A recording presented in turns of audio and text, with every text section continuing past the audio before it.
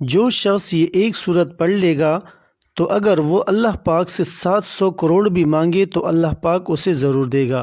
اگر یقین نہیں آتا تو بے شک آزما لو۔ ناظرین، جو وظیفہ میں آپ کو بتانے والا ہوں یہ بہت ہی مجرب اور طاقتور وظیفہ ہے۔ یہ وظیفہ پڑھتے ہی اگر آپ کی قسمت کے بند تالے نہ کھل جائیں تو پھر مجھے کہنا، آپ کی تقدیر ایسے بدلے گی کہ دنیا دیکھتی کی دیکھتی رہ جائے گی۔ جو بہن بھائی چاہتے ہیں کہ فوری طور پر ان کی زندگی کے حالات بہتر ہو جائیں تو وہ میرے کہنے پر ایک بار یہ وظیفہ ضرور پڑھ لیں، پھر خود اپنی آنکھوں سے غیبی مدد کے نظارے دیکھیے گا اور غیبی مدد کو آتے ہوئے دیکھیے گا۔ یہ وظیفہ آپ کسی بھی وقت پڑھ سکتے ہیں اور کسی بھی نماز کے بعد پڑھ سکتے ہیں۔ آپ کے پاس پورا دن اور پوری رات موجود ہے۔ جس کو جب جہاں اور جیسے وقت ملتا ہے تو وہ یہ وظیفہ لازمی پڑھ لے۔ اس میں کوئی کمی کوتاہی اور لاپرواہی مت کرنا۔ تو سب سے پہلے نماز آپ کوئی سی بھی پڑھ سکتے ہیں۔ یہ وظیفہ آپ کسی بھی نماز کے بعد پڑھ سکتے ہیں۔ فجر پڑھ لیں یا ظہر کے وقت یہ وظیفہ کر لیں۔ عصر، مغرب، عشاء یا تہجد میں پڑھ لیں۔ اگر آپ لوگ نماز کے فوراً بعد چاہتے ہیں تو فوراً بعد یہ وظیفہ پڑھ لیں، لیکن اگر چاہیں تو کچھ دیر بعد سکون سے چلتے پھرتے یہ وظیفہ پڑھ لیں۔ اس میں کوئی پابندی نہیں ہے۔ آج آپ دوستوں کو سورہ کوثر کا وہ خاص وظیفہ بتانے لگا ہوں کہ اس وظیفے کی برکت سے آج آپ دوستوں کی قسمت ایسی چمک جائے گی کہ آپ لوگ خود حیران رہ جاؤ گے اور مجھے دعائیں دو گے۔ بس آپ نے ہر حال میں صبر اور اللہ پاک کا شکر کرتے رہنا ہے، کیونکہ صبر اور شکر جیسے اوصاف ایک مومن مسلمان کی نشانی ہوتی ہے۔ دوستو، چند دن پہلے کا واقعہ ہے کہ میں نے ایک عالم سے پوچھا جو بظاہر فارغ نظر آ رہے تھے، وہ خاموش رہے جیسے میری بات سنی نہ ہو۔ میں نے دوبارہ اپنا سوال دہرایا، سر صبر کیا ہے؟ انہوں نے میری طرف دیکھا لیکن بولے کچھ نہیں۔ مجھے عجیب سا لگا اور غصہ بھی آیا کہ کچھ کر بھی نہیں رہے اور بولتی بھی نہیں۔ میں اٹھ کر جانے لگا تو کہنے لگے، صبر انتظار ہے۔ میں شرمندہ سا ہو کر واپس بیٹھ گیا۔ پھر وہ دوبارہ گویا ہوئے اور فرمایا، صبر برداشت ہے جو تم میں نہیں کہ میری کچھ دیر کی خاموشی پر تم دل برداشتہ ہو کر جانے لگے۔ میں نے معذرت کی اور کہا، نہیں حضرت، مجھے کہیں کام سے جانا ہے اس لیے جلدی ہے۔ دوسری کی بات کو تحمل سے سننا بھی صبر ہے۔ اب میں خاموشی سے سر جھکانے اس کے سامنے بیٹھ گیا۔ وہ مسکرائے اور پھر فرمانے لگے، بیٹا، صبر مشکل وقت میں ثابت قدم رہنے کا نام ہے، جس کی مثال ابراہیم علیہ السلام اور حضرت امام حسین رضی اللہ عنہ کی آزمائش ہے۔ مصیبت یا بیماری کو برداشت کرنا صبر ہے، جیسے ایوب علیہ السلام نے صبر کیا، اور برے عمل اور اقدام سے اپنے آپ کو روکے رکھنا بھی صبر ہے، جس کی بہترین مثال یوسف علیہ السلام کا واقعہ ہے۔ میں نے کہا، حضرت یہ سب تو بہت رتبے والے خاص اور عظیم لوگ ہیں، ہم ان جیسے کہاں، ہم کیسے برداشت کر سکتے ہیں، ہمیں کیسے صبر آئے گا؟ کہنے لگے، بیٹا، بے شک ہم ان جیسے نہیں، لیکن ان خاص لوگوں کی زندگیاں ہی ہمارے لیے نمونہ حیات ہیں۔ بیٹا، اللہ کسی کو اس کی طاقت سے زیادہ نہیں آزماتا، وہ ہم سے زیادہ ہم کو جانتا ہے۔ جس کا جتنا بڑا رتبہ ہوتا ہے اس کی آزمائش بھی اتنی سخت ہوتی ہے۔ رہا یہ کہ صبر کیسے آتا ہے، تو بیٹا توکل صبر کا سب سے بڑا ساتھی ہے۔ اگر آپ اللہ پر توکل رکھتے ہیں تو یہ ممکن ہی نہیں ہے کہ صبر آپ کو حاصل نہ ہو۔ قرآن میں ارشاد ہے، بے شک بغیر رب کے عطا کے آپ صبر نہیں کر سکتے۔ انسان فطرتاً جلد باز ہے، ہر چیز میں نقصان اور فائدے کا سوچتا ہے۔ ذرا سا نقصان اس کو غم میں مبتلا کر دیتا ہے، اس نقصان کو پر کرنے کے لیے ادھر ادھر ہاتھ مارنے لگتا ہے، ذرا سی جسمانی تکلیف میں پریشان ہو کر شور کرنے لگتا ہے اور دعا اور دوا پر اصرار کرنے لگتا ہے کہ بس جلد صحت یاب ہو جاؤں۔ یہ سب اس لیے ہے کہ اسے سارا فائدہ دنیا میں نظر آتا ہے۔ یہ سب اللہ اور آخرت پر کمی کی وجہ سے ہوتا ہے۔ وہ اپنا مقصد حیات بھول جاتا ہے کہ اللہ نے زندگی اور موت کو انسان کی آزمائش کے لیے پیدا فرمایا۔ جب آپ کو دنیا کے مقابلے میں آخرت کے دگنے اجر کا یقین ہوتا ہے تو بیماری اور مشکلات میں اپنے گناہوں میں کمی اور درجات کی بلندی کا یقین ہوتا ہے، اور یہ یقین ہوتا ہے کہ اللہ سب اس کی بہتری کے لیے کرتا ہے، تو پھر یہ نقصان، بیماری اس کے لیے کوئی معنی نہیں رکھتا۔ اس کو اپنا فائدہ آخرت میں دوہرے اجر اور جنت کی صورت میں نظر آ رہا ہوتا ہے۔ اور ہاں، ایک آخری چیز بیٹا، صراط مستقیم سیدھا راستہ یعنی انعام یافتہ لوگ، صدیقین، شہداء، صالحین کا راستہ، اس پر چلنا ہی سب سے بڑا صبر ہے، کیونکہ یہاں لڑائی خود اپنے آپ سے ہے۔ دوستو، آج کی اس ویڈیو میں ہم آپ کے ساتھ قرآن پاک کی سورہ کوثر کا بیش بہا قیمتی وظیفہ شیئر کر رہے ہیں۔ اس وظیفے کی برکت سے اور اس عمل کی برکت سے انشاءاللہ آپ اللہ سے جو بھی مانگو گے وہ آپ کو ضرور ملے گا، لیکن شرط یہ ہے کہ صدق کے دل سے اور اللہ کے حضور پورے عزم اور یقین کامل سے مانگنا ہے۔ یوں تو قرآن پاک کا ایک ایک حرف اور ایک ایک لفظ بیش بہا برکات اور خزانوں کا سرچشمہ ہے، اور قرآن پاک کے معجزے بے شمار ہیں۔ قاری عبدالباسط جو کہ ایک مصری قاری ہیں اور جن کی تلاوت پوری دنیا میں مشہور ہے، ایک مرتبہ کسی نے قاری عبدالباسط سے پوچھا، قاری صاحب، آپ اتنا مزے کا قرآن مجید پڑھتے ہیں، آپ نے بھی کبھی قرآن مجید کا کوئی معجزہ دیکھا ہے؟ وہ کہنے لگے، میں نے قرآن کے سینکڑوں معجزے آنکھوں سے دیکھے ہیں۔ انہوں نے کہا، کوئی ایک تو سنا دیجئے۔ تو یہ واقعہ انہوں نے خود سنایا۔ قاری صاحب فرمانے لگے کہ یہ اس وقت کی بات ہے جب جمال عبد الناصر مصر کا صدر تھا۔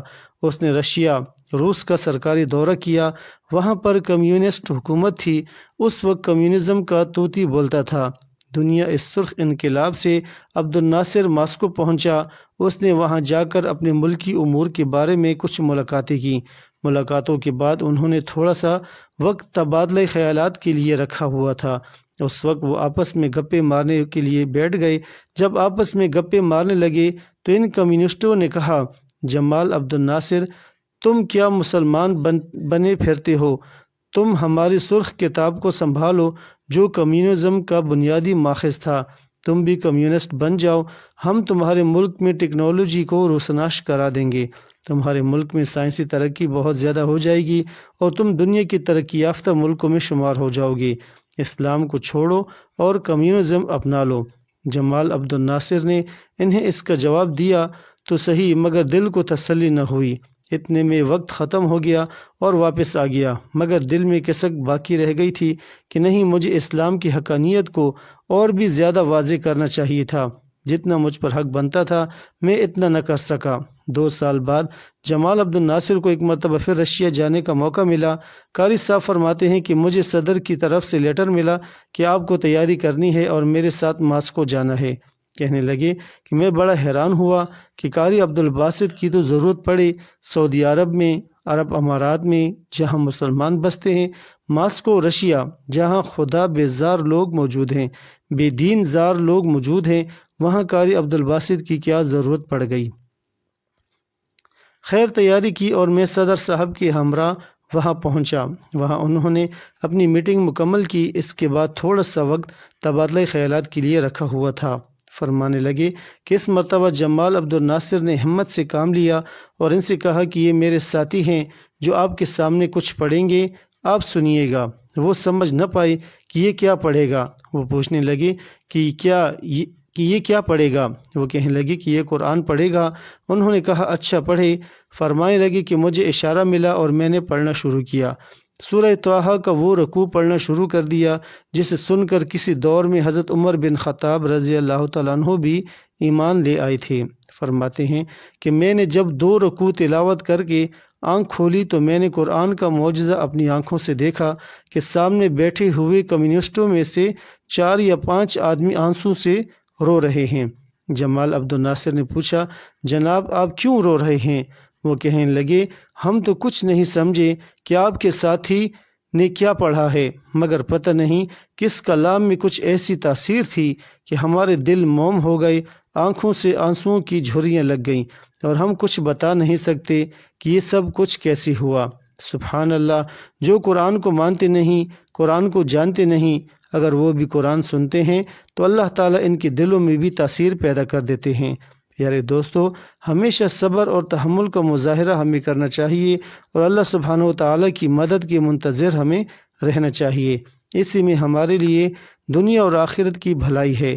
تو دوستو، اس ویڈیو کو مکمل ضرور دیکھیے گا، اور جو وظیفہ آپ کو بتانے لگا ہوں تو اپنی زندگی میں ایک بار یہ وظیفہ ضرور کر لیجئے گا۔ اس کی صرف ایک بار پڑھنے کی ہی بیش بہا برکات ہیں، لیکن اگر آپ روزانہ اس عمل کو جاری رکھنا چاہیں تو ایسا بھی کر سکتے ہیں، لیکن یہ عمل، یہ وظیفہ آپ کے لیے صرف ایک ہی مرتبہ کافی ہو جائے گا انشاءاللہ، اور ایک مرتبہ پڑھنے سے ہی آپ کی مالی مشکلات فوری طور پر حل ہو جائیں گی۔ آج کا یہ وظیفہ سورہ کوثر اور اللہ پاک کے صفاتی ناموں کا وظیفہ ہے۔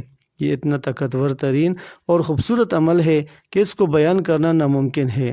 دوستو، آپ یہ وظیفہ دن میں کسی بھی وقت اور کسی بھی نماز کے بعد کر سکتے ہیں۔ بس یہ وظیفہ کرتے وقت آپ نے باوضو ہو کر ہی یہ وظیفہ کرنا ہے، لہٰذا کسی بھی نماز کے بعد کر لیں تو زیادہ بہتر ہے، کیونکہ اس وقت انسان باوضو حالت میں ہی ہوتا ہے، تو باوضو حالت میں آپ نے جائے نماز پر بیٹھ کر یہ وظیفہ کرنا ہے۔ وظیفہ کا مکمل طریقہ بھی جان لیجئے کہ وظیفہ شروع کرنے سے پہلے آپ نے نبی کریم حضرت محمد مصطفیٰ صلی اللہ علیہ وسلم کی ذات اقدس پر درود شریف پڑھ لینا ہے۔ درود پاک آپ کوئی سا بھی پڑھ سکتے ہیں، جو بھی آپ کو آتا ہے، لیکن سب سے بہتر درود ابراہیمی ہے جو ہم نماز میں پڑھتے ہیں۔ آئیے ایک بار برکت کے لیے میرے ساتھ مل کر بھی درود ابراہیمی پڑھ لیجئے۔ اللہم صلی علی محمد وعلی آل محمد کما صلیت علی ابراہیم وعلی آل ابراہیم انک حمید مجید۔ اللہم بارک علی محمد وعلی آل محمد کما بارکت علی ابراہیم وعلی آل ابراہیم انک حمید مجید۔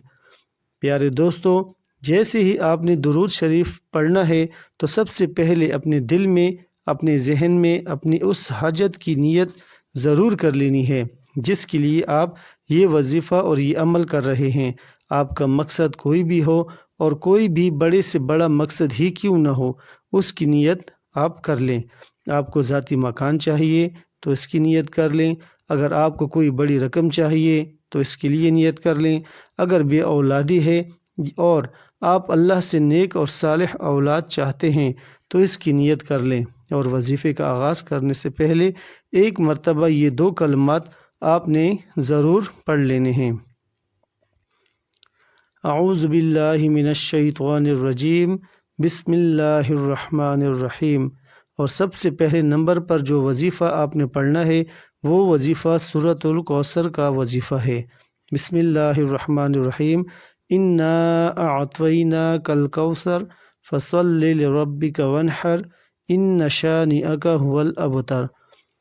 الحمدللہ سورہ کوثر ہر کسی کو زبانی آتی ہے، اور اگر آپ پر نظر بد، حسد، جادو اور جنات وغیرہ کے اثرات ہیں، شیطانی یا زمینی آفات کا اثر ہے، تو یاد رکھیں کہ سورہ کوثر جس گھر میں بھی پڑھی جاتی ہے اس گھر کو دولت سے مالا مال کر دیتی ہے، اور اس گھر سے غربت کا اور تنگ دستیوں کا نام و نشان تک مٹا دیتی ہے۔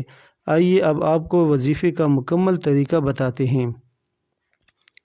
بسم اللہ الرحمن الرحیم۔ انا اعطیناک الکوثر فصل لربک وانحر ان شانئک هو الابتر یا غنیو۔ یہ ایک بار ہو گیا۔ بسم اللہ الرحمن الرحیم۔ انا اعطیناک الکوثر فصل لربک وانحر ان شانئک هو الابتر یا غنیو۔ یہ دو بار ہو گیا۔ بسم اللہ الرحمن الرحیم۔ انا اعطیناک الکوثر فصل لربک وانحر ان شانئک هو الابتر یا غنیو۔ یہ تین بار ہو گیا۔ آپ نے اسی طرح سے پڑھنا ہے۔ آپ چاہیں تو ہاتھ کی انگلیوں پر پڑھ لیں، اور اگر چاہیں تو تسبیح کے دانوں پر گن کر پڑھ لیں۔ آپ نے یہ وظیفہ گن کر پورے 11 مرتبہ پڑھ لینا ہے، یعنی پہلے نمبر پر آپ نے سورہ کوثر کو یا غنیوں کو ساتھ ملا کر پورے 11 مرتبہ پڑھ لینا ہے۔ دوسرے نمبر پر آپ نے پھر سے سورۃ کوثر کو ہی پڑھنا ہے۔ بسم اللہ الرحمن الرحیم۔ انا اعطیناک الکوثر فصل لربک وانحر ان شانئک هو الابتر یا رزاقو۔ یہ ایک بار ہو گیا۔ بسم اللہ الرحمن الرحیم۔ انا اعطیناک الکوثر فصل لربک وانحر ان شانئک هو الابتر یا رزاقو۔ یہ دو بار ہو گیا۔ تو دوسرے وظیفے کو بھی آپ نے اپنے ہاتھوں کی انگلیوں پر گن کر پورے 11 مرتبہ ہی پڑھنا ہے، اور جب یہ 11 بار پڑھ لیں تو تیسرے نمبر پر بسم اللہ الرحمن الرحیم۔ انا اعطیناک الکوثر فصل لربک وانحر ان شانئک هو الابتر یا کریمو۔ یہ ایک بار ہو گیا۔ تو اسی طریقے سے آپ نے اس وظیفے کو بھی اپنے ہاتھوں کی انگلیوں پر گن کر پورے 11 مرتبہ پڑھ لینا ہے۔ جب یہ تینوں وظیفے آپ پڑھ لیں گے تو اس کی کل 33 کی تعداد مکمل ہو جائے گی۔ تو یہ مکمل وظیفہ ہے۔ اس کے بعد اتنی ہی مرتبہ آپ نے درود پاک پڑھ لینا ہے جتنی مرتبہ وظیفے کے آغاز میں پڑھا تھا، یعنی اگر ایک بار پڑھا تھا تو پھر ایک بار ہی آخر میں پڑھ لیں، اگر ایک سے زیادہ مرتبہ پڑھا تھا تو اتنی ہی مرتبہ آخر میں پڑھ لینا ہے۔ اس کے بعد آپ نے اپنے دونوں ہاتھوں کو بلند کر کے اللہ تبارک و تعالیٰ کی حضور دعا کرنی ہے، اور جو بھی دعا آپ اللہ رب العالمین کے سامنے اس کی حضور اس کی بارگاہ میں پیش کریں گے تو انشاءاللہ اللہ تبارک و تعالیٰ آپ کی وہ دعا ضرور قبول فرمائیں گے۔ یہ عمل نہایت ہی آسان عمل ہے، لہٰذا آپ چاہیں تو اس کو اپنی روزمرہ زندگی کا معمول بھی بنا سکتے ہیں، اور اگر چاہیں تو کچھ دن لگاتار کر کے چھوڑ بھی سکتے ہیں۔ انشاءاللہ اس وظیفے کی برکت سے آپ کے مقدر میں رزق اور دولت لکھ دی جائے گی، اور آپ کا گھر دولت سے مالا مال ہو جائے گا۔ لیکن ایک بات ہمیشہ یاد رکھیں کہ ہمیشہ عاجزی اور انکساری سے کام لینا ہے۔ دولت اور رزق کے حصول کے بعد آپ نے تکبر اور غرور سے بالکل بھی کام نہیں لینا، اور ہمیشہ عاجزی اور صبر و تحمل سے ہی کام لینا ہے۔ اللہ تبارک و تعالیٰ سے دعا ہے کہ جو بھی اس عمل کو کرتا ہے اس کی تمام دلی اور جائز حاجات کو قبول و منظور فرمائے۔ میرا سنانا اور آپ کا سننا اپنی بارگاہ میں قبول و منظور فرمائے، آمین یا رب العالمین۔ دوستو، اللہ کا ایک خوبصورت نام نیچے کمنٹس باکس میں ضرور تحریر کرتے جائیں۔ جزاک اللہ خیرا کثیرا۔ اللہ ہم سب کا حامی و ناصر ہو، آمین۔